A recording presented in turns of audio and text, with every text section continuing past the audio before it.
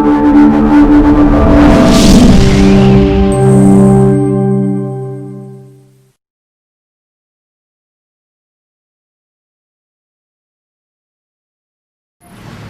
اللہ الرحمن الرحیم۔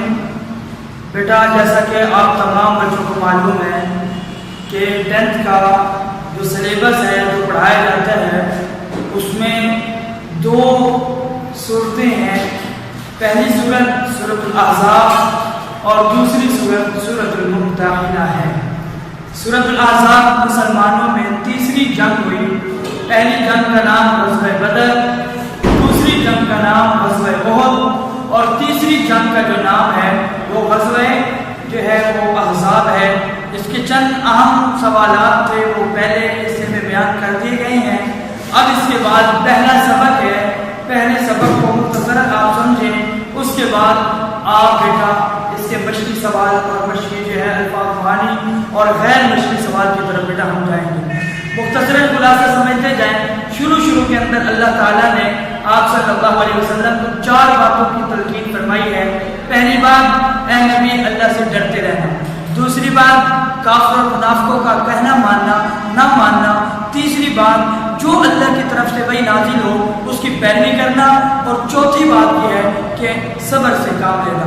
اس کے بعد اللہ تعالیٰ نے فرمایا کہ وہ پہلے بھی میں نے کہا تھا کہ معمر بن اسد ایک شخص تھا، وہ کہتا تھا کہ میں مسلمان بھی ہوں اور میں کافر بھی ہوں، تو اللہ تعالیٰ نے آیت نازل فرمائی ما جعل اللہ لرجل من قلبین فی جوفہ، خدا نے کسی آدمی کے پہلو میں سینے میں 2 دل بنائی نہیں ہے، ایک دل ہے یا وہ مسلمان ہے یا پھر وہ کافر ہے۔ اس کے بعد فرمایا زمانہ جاہلیت میں ایک لفظ ہوتا تھا زہار۔ زہار سے کیا مراد ہے؟ وہ یہ ہوتا تھا کہ کوئی شخص اپنی بیوی کو طلاق دینا چاہتا تھا تو وہ لفظ طلاق نہیں کہتا تھا، بلکہ اپنی بیوی سے کہتا تھا کہ تم میری ماں کی طرح ہو یا میری ماں کی پیٹھ کی طرح، کہ جس طرح میرے نزدیک میری ماں عزت والی ہے آج سے تم بھی ہو گئی ہو، لہٰذا وہ طلاق مراد لیتے تھے۔ اللہ نے اس کی نفی فرما دی، فرمایا آئندہ کے بعد اگر کوئی شخص اپنی بیوی سے یہ کہتا ہے کہ تم میری ماں ہو یا ماں کی پیٹھ کی طرح، چنانچہ وہ طلاق نہیں ہوگی، وہ اسی کی بیوی رہے گی۔ اس کے بعد فرمایا کہ اللہ تعالیٰ منہ بولے بیٹوں کا ذکر ہے۔ منہ بولے بیٹے ایک آدمی کی اولاد نہیں ہوتی تو وہ اپنے بھائی کے یا اپنی جو ہے وہ بھابھی کے یا جس کے کسی کا بچہ جو ہے پیدا ہوتا ہے اس کو لے لیتے ہیں، اس کو پالتے جو ہے، پھر پالنے کے بعد جب وہ بڑا ہو جاتا ہے اب اس کے باپ کے نام کے ساتھ جو اس کا اصلی باپ ہے اس کا نام نہیں لکھتے بلکہ اپنا نام لکھواتے ہیں جنہوں نے پالا ہوتا ہے۔ تو اللہ تعالیٰ نے اس کی بھی نفی فرما دی ہے اسی پہلے رقوع میں، وَمَا جَعَلَ أَدْعِيَاءَكُمْ وَأَبْنَاءَكُمْ، کہ جو تمہارے منہ بولے بیٹے ہیں جن کو تم نے منہ سے بیٹا کہا ہے وہ تمہارے حقیقی اور اصلی بیٹے نہیں ہیں۔ آگے اصول میں بتا دیا کہ ان کو ان کے اصل باپوں کے نام سے پکارا کریں، یعنی جس کے بستر پر وہ پیدا ہوئے ہیں وہی ان کے اصل باپ ہیں۔ اس کے بعد اللہ تعالیٰ نے فرمایا کہ دیکھیں جو لوگ منہ بولے بیٹے کو اصل باپ کے علاوہ جس نے پالا ہوتا اس کے نام سے پکارے تو یہ بہت بڑا گناہ کا کام ہے۔ ذالک قولکم بافواہکم، یہ ان کی منہ کی باتیں ہیں جو منہ میں آتا ہے بول دیتے ہیں، تو یہاں یہ منع فرمایا۔ اسی طریقے سے فرمایا کہ تم ان کو ان کے اصل باپوں کے نام سے پکارا کرو، اور آخر میں فرمایا کہ جو پیغمبر کی بیویاں ہیں النبی اولی بالمؤمنین من انفسہم، پہلے تو یہ فرمایا کہ جو خود پیغمبر کی ذات ہے وہ ہر چیز سے بڑھ کر ہمیں حضور سے محبت ہونی چاہیے، اور پھر اگلے لفظ میں فرمایا کہ جو پیغمبر کی بیویاں ہیں وہ مومنین کی مائیں ہیں۔ جو ماں ہوتی ہے وہ ایسے ہی ہوتی ہے جس طریقے سے اپنی حقیقی ماں کا احترام ہے، اسی طریقے سے پیغمبر کی بیویوں سے کا بھی احترام ہونا چاہیے۔ اس کے بعد اللہ تعالیٰ نے نبیوں کے بارے میں چند باتیں ذکر فرمائی کہ ہم نے 5 نبیوں سے وعدہ لیا۔ 5 نبیوں سے کون کون سے؟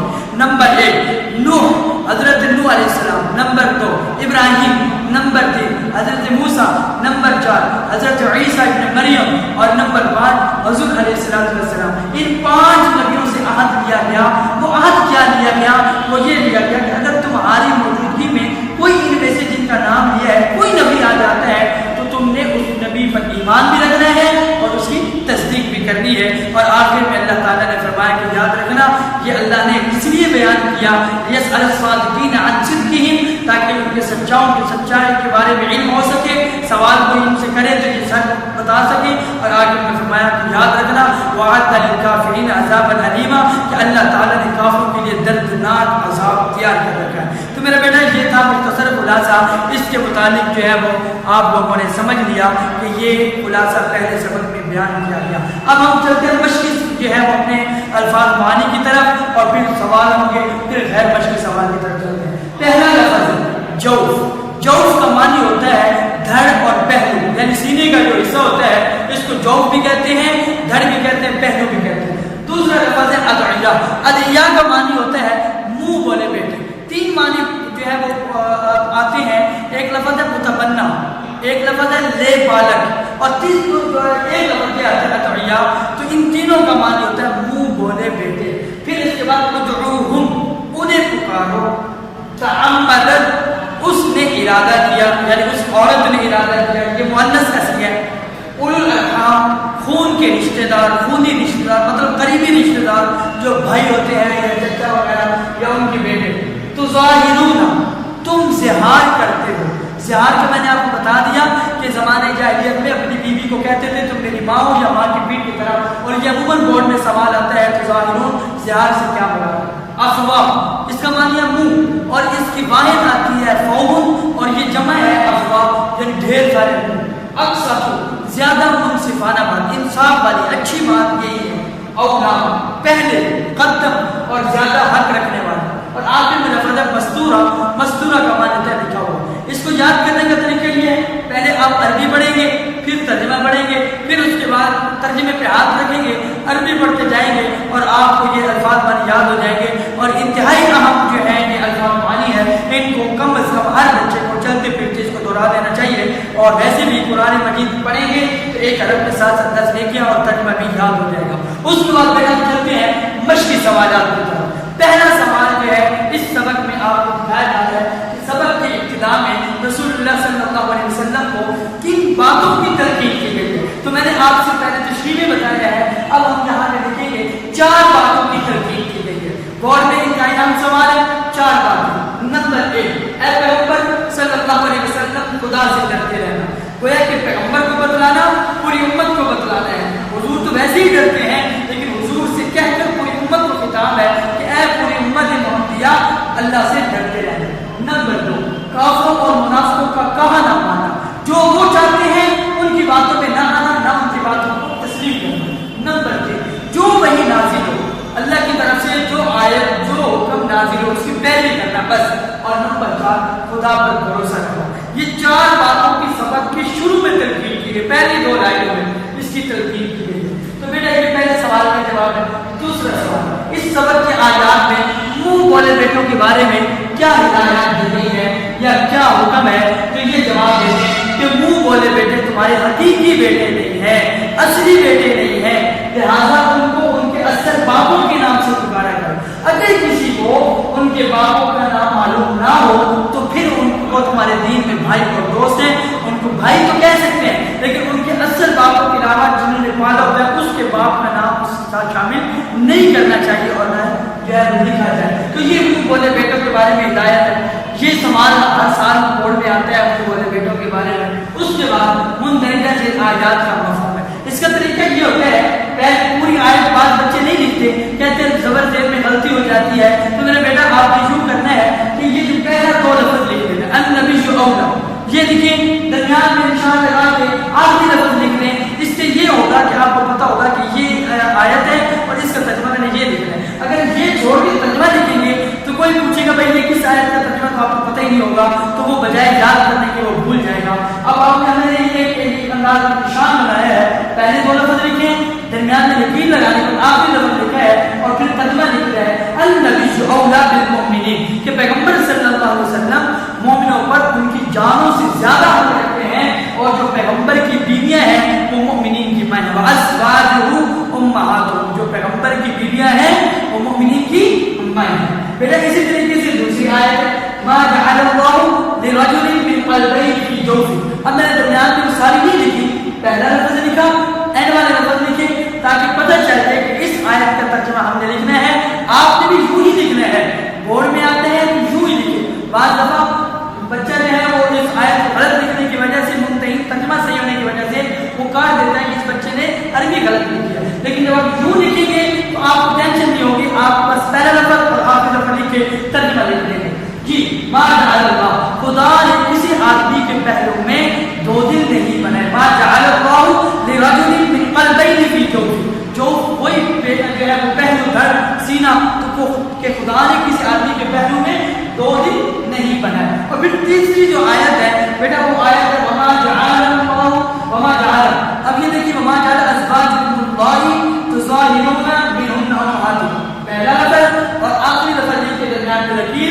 اور پھر یہ اس کا ترجمہ کیا ہے وما جعل ازواجکم، اور نہ تمہاری ان عورتوں کو اللہ تظاہرون کہ جن سے تم زہار کر چکے ہو، یا عورتوں کو جن کو تم ماں کہہ رہتے ہو، فرمایا منہن امہاتکم، تمہاری ماں نہیں بنایا. یہ ماں کا مطلب نہیں ہے تو پوری آیت کا ترجمہ کیا بنے گا اور نہ تمہاری عورتوں کو جن کو تم ماں کہہ رہتے ہو تمہاری ماں نہیں بنا.